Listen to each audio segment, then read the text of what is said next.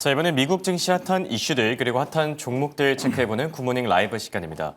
도움 말씀에 타이거 인베스트 황윤석 대표와 함께합니다. 안녕하십니까? 안녕하십니까? 네, 시장 분위기가 이렇게 또 갑자기 바뀔 수가 있네요. 네. 지난주만 하더라도 좀 괜찮았던 것 같은데 갑자기 주말 사이에 또 투심이 굉장히 많이 위축됐습니다. 지난주 증시는 어떻게 보셨습니까? 최근 오라클하고 이제 그 브로드컴 실적 발표에서 보는 것처럼요. 예. 매출과 EPS, 뭐 가이던스, 그다음에 뭐 수익성, 공급망 뭐 이런 쪽에서 하나라도 삐끗하면 그대로 급락하는 진짜 자비 없는 시장이다. 예. 이렇게 말씀드릴 수 있을 것 같고요. 특히 보면 옵션 만기일, 그다음에 공매도의 숏 포지셔닝을 더해가지고 이제 실적 발표를 기점으로 해서 이제 그 많이 올랐던 종목들에 대해서 아주 공격적으로 매도를 때리는 것 같아요, 시장에. 그래서 투자자들은 거의 멘붕이 오는 상태인데요. 실적 발표에서 굉장히 호실적을 발표하고도 예. 꼬투리를 하나 잡아서 그대로 급락시키는 시장이다. 그래서 지금부터는 좀 리스크 관리를 하셔야 될 것 같고요. 불과 한두 달 전 시장하고는 또 분위기가 확 달라졌다. 그렇죠. 이렇게 말씀드릴 수 있을 것 같습니다. 네. 말 그대로 자비 없는 시장 그리고 장세들이 연출되고 있습니다. 이런 때일수록 좋은 기업들 옥석 가리기를 더 잘 해야 되지 않을까 생각이 들고요. 자, 그럼 오늘의 굿모닝 라이브 이슈픽 바로 확인해 보도록 하겠습니다. 오늘 올라온 세 가지 주제입니다. AI 거품론 재점화 그리고 돌아온 위원들의 매파 발언 여기에 빅3 지표 발표입니다. 자, AI 거품론에 대한 얘기부터 먼저 나눠볼까 하는데 정말 잊을 때면 한 번씩 재등장하는 것 같아요. 네. 지긋지긋하기도 한데 오라클과 브로드컴의 실적 대표님께서는 어떻게 보셨습니까? 사실 오라클 같은 경우는 지금 보면 오라클, 오픈 AI, 뭐 소프트뱅크 그래서 이제 스타게이트 프로젝트를 해서 5천억 달러를 투자하는 그렇죠. 대규모 투자였잖아요. 그러면 사실 제가 보면 오라클이 부도날 기업은 아니거든요. 아무리 뭐 수익성이라든지 여러 가지 문제가 있다고 하더라도 그런데 보면 2분기 실적 발표 때보다 주가가 더 많이 하락했어요. 그때 하고 급등했던 자리를 다 깨고 내려왔어요. 그래서 그렇죠. 지금 차트 모양을 보면 이게 지금 오라클은 무슨 지금 문제가 생긴 거 아닌가? 혹시 부도나는 거 아니야? 뭐 이렇게 생각할 정도로 주가가 급락하는 양상을 보여주고 있습니다. 그래서 저는 이런 걸 보면서 이건 상당히 과도한 거다. 예, 이런 생각을 했고요. 이런 식으로 숏을 치거나 공포 분위기를 조성해서 공매도를 때리면 어떤 기업도 사실은 뭐 안전하다고 말씀드릴 수 없을 것 같아요. 그렇긴 하죠. 예, 지금 보시면 차트에서 보시면 주봉에서 보시면 이때 2분기 실적 발표하고 40% 급등했던 자리를 다 깨고 내려왔습니다. 그러면 지금 이거는 굉장히 심각한 상황이다. 주가로 보면 이렇게 말씀드릴 수밖에 없어요. 그리고 지난주에 보면 브로드컴 실적 발표 이후에 큰 폭으로 하락했는데 엔비디아가 중국의 H200 수요가 아주 그 뭐 대규모다라는 소식으로 강세 반전했는데 다시 오라클이 건설 중인 데이터 센터가 2027년이 아니라 2028년으로 연기가 될 가능성이 그렇죠. 있다라고 했는데 오라클 측 발표에 의하면 이것도 가짜 뉴스라고 또 판명이 됐거든요. 네. 그러니까 투자자 입장에서는 지금 뭐 어떻게 해야 되나 왔다 갔다 하고 상당히 혼란스러울 네, 것 같긴 혼란스러울 합니다. 수밖에 없는 그런 장세고요.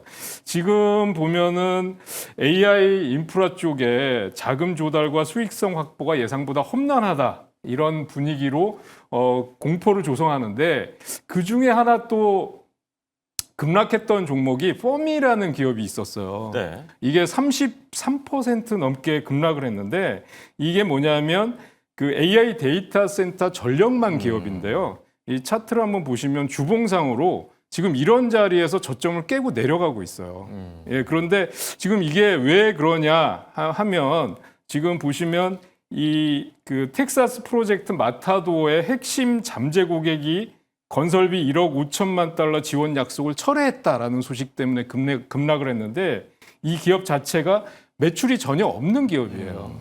그러니까 기대감만으로 올라갔었는데 뚜껑을 열어보니까 AI 인프라 기업들이 지금 문제가 많다 이런 분위기를 조성하면서 다 같이 급락시키는 그런 흐름이 나타났습니다. 그래서 지금 투자자들 입장에서 보면 AI 전반적으로 지금 하락하는 거 아니냐, AI 전반적으로 그렇죠. 문제가 있는 게 아니냐. 그래서 중소형주들은 앞서도 이제 브리핑을 해주셨지만 뭐 원전주, 전력주 뭐 할 것 없이 그대로 급락하는 모습을 보여줬습니다. 그래서 지금 이러한 그 급락의 중심에 뭐 AI뿐만 아니라 빅테크 기업, M7, 뭐 배트맨 어떤 기업도 예외가 없다는 그렇죠.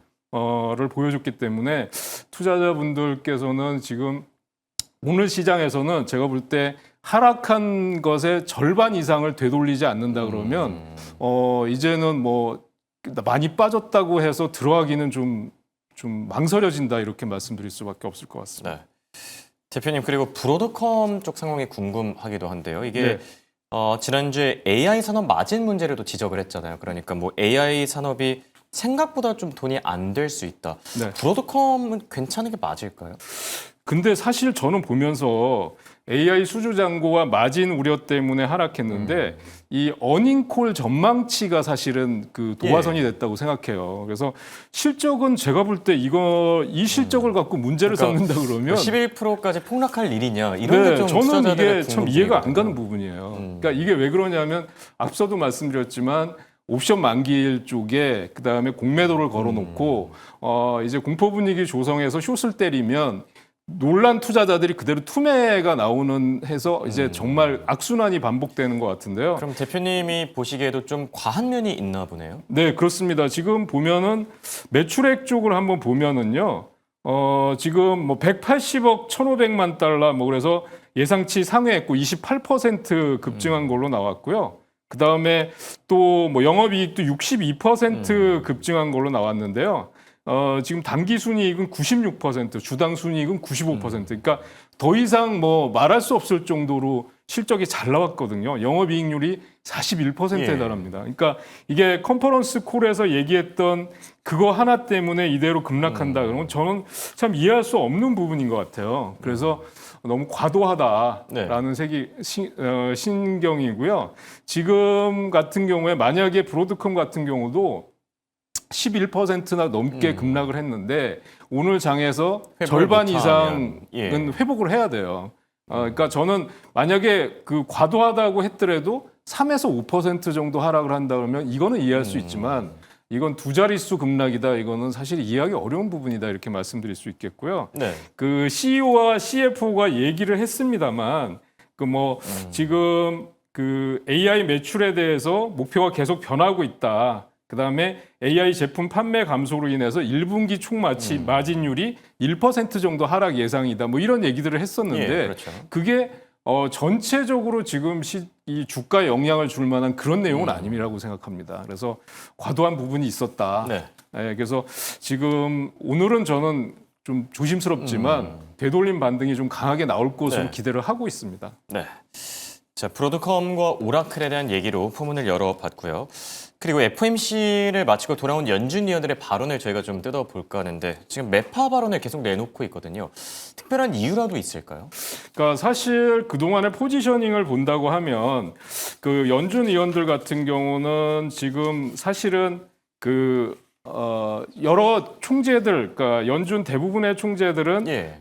이제 그 보수적인 시각을 가지고 있었어요. 금리를 동결해야 된다. 뭐 이렇게 얘기를 했었는데 지금 보면은 그 굴스비 총재 같은 경우는 내년 금리 인하에 긍정적이다. 그런데 지금 데이터가 많지 않았기 때문에 이번에 금리 인하한 거는 좀 아니다. 동결했어야 된다. 이렇게 얘기를 했는데 사실 이미 발표를 한 사항을 가지고 다시 그걸 예. 문제 삼아서 얘기하는 것도 좀 저는 좀 그 이해하기 어려운 부분이다. 이렇게 게다가 말씀드릴 수 굴스비 있겠고요. 총재는 이 평소에도 좀 비둘기파적인 분으로도 잘 알려져 있는데 그런 분이 이런 발언을 내놓다 보니까 시장이 조금 더 당황했던 것 네, 같기도 합니다. 그렇습니다. 그런 것도 있었고요. 또 해맥 클리블랜드 총재 같은 경우는 뭐 이분은 원래도 조금 네, 그 이분은 매파적인 대단한 분이죠. 매파죠. 그래서 추가 인하 가능성을 제안했는데 지금 보면 지금보다 더 높은 금리를 유지할 필요가 있다라고 얘기를 했어요. 그래서 그러면 시장에서 이 사람은 금리를 올리자는 얘기인가? 뭐 이런 쪽으로까지 해석을 예. 하는 분위기였고요.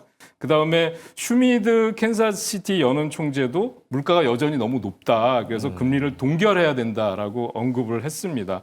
그러니까 이런 발언들을 좀 총체적으로 볼 때 폴슨 필라델피아 연은 총재는 물가 안정이 내년도에도 지속될 가능성이 있기 때문에 고용 시장을 살리기 위해서 금리 인하한 것은 적절하다. 이분 발언을 제외하면 다 그 외에 매파네요. 다 매파적인 발언이었다. 그래서 시장이 역시 이런 발언에 영향을 받았다. 이렇게 말씀드릴 수 있을 것 같습니다.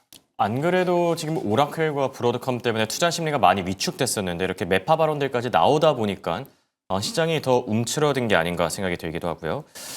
자, 그리고 이번 주에 빅3 지표가 발표됩니다. 빅3라고 하면 이제 고용과 물가, 여기에 소매 판매까지 포함이 되는 건데 추가 금리 인하를 위한 좀 조건들이 있을까요? 어떻게 생각하시죠? 네, 지금 사실 이번 주에 발표되는 게 뭐 고용 보고서, 그다음에 CPI 이렇게 발표가 되잖아요. 예. 예, 그런데 지금 보면 시장이 기대하는 게 내년도에 2회 내지는 3회 정도의 추가적인 금리 인하가 있어야 된다라고 얘기를 하는 건데, 그러기 위해서는 실업률이 4.6% 정도까지 상승하는 게 좋겠다라는 의견이고요. 그 다음에 두 번째는 물가 안정이 지속적으로 확인돼야 된다는, CPI가 뭐 예상치를 상회하는 일은 없어야 되겠죠. 예상치에 맞고 부합되거나 하회하는 쪽으로 나와야 될 거고, 그래서 고용 보고서와 또 소매 판매도 있고요. 그 다음에 CPI가 있는데, CPI는 또 10월치를 건너뛰어서 11월치를 발표한다고 합니다. 그래서 이 세 가지 지표를 한번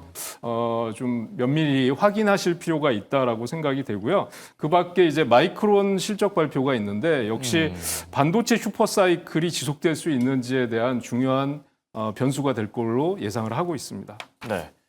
정리를 해보자면 고용시장 쪽에서는 이제 좀 균열 조각들, 흔들리는 부분들이 나타나야 될 듯하고요. 물가는 좀 안정이 돼야 되고, 그리고 여기에 또 마이크론의 실적까지 이 반도체 풍향계로 불리는 만큼 반도체주들의 투자 심리에도 상당히 중요할 듯합니다.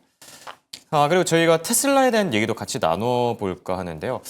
테슬라 요즘 월가의 평가도 좀 극단적으로 갈리고 있고 주가 변동성도 상당합니다. 뭐 급락과 급등을 반복하고 있는데 대표님은 어떻게 바라보고 계시죠? 네, 지금 뭐 전기차 쪽의 판매량 인도량을 보면 뭐 계속 좋지 않은 지표들이 발표가 되고 있습니다.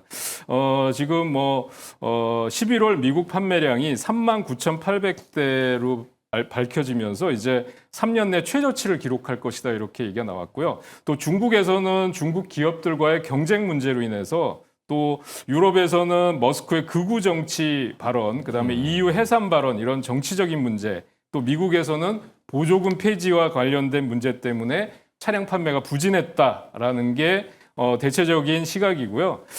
그럼에도 불구하고 이제 전기차 기업으로 보지 말고 이제 테슬라는 로보택시 사업, 그다음에 휴머노이드 로봇 사업 가치로 봐야 된다. 그래서 도이체방크에서는 이미 전기차 사업 가치가 주당 175달러인데 로보택시 사업 가치가 148달러, 그다음에 로봇 사업 가치가 111달러다. 그래서 이미 로보택시와 로봇 사업 가치가 전기차 사업 가치를 넘어서고 있다라고 얘기를 했고요.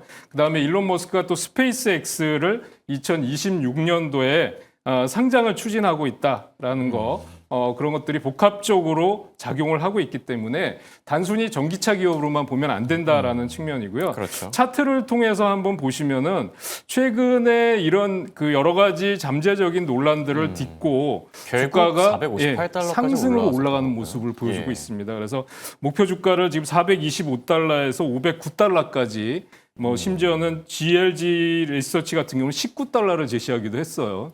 19달러요. 네, 19달러를 제시하기도 잘못 들은 줄 했는데 알았습니다. 정말 극과 극을 하고 있습니다. 그래서 저는 이번에 아마 그 AI 거품론으로 인해서 조정을 받을 때 474달러 고점 돌파도 가능해 보인다라고 생각을 하고 있습니다. 그래서 저점 매수 내지는 보유 전략을 말씀드릴 수 있겠습니다. 네. 테슬라와 관련해서는 그래도 비교적 좋은 투자 의견 제시해 주신 점까지 참고하시기 바랍니다.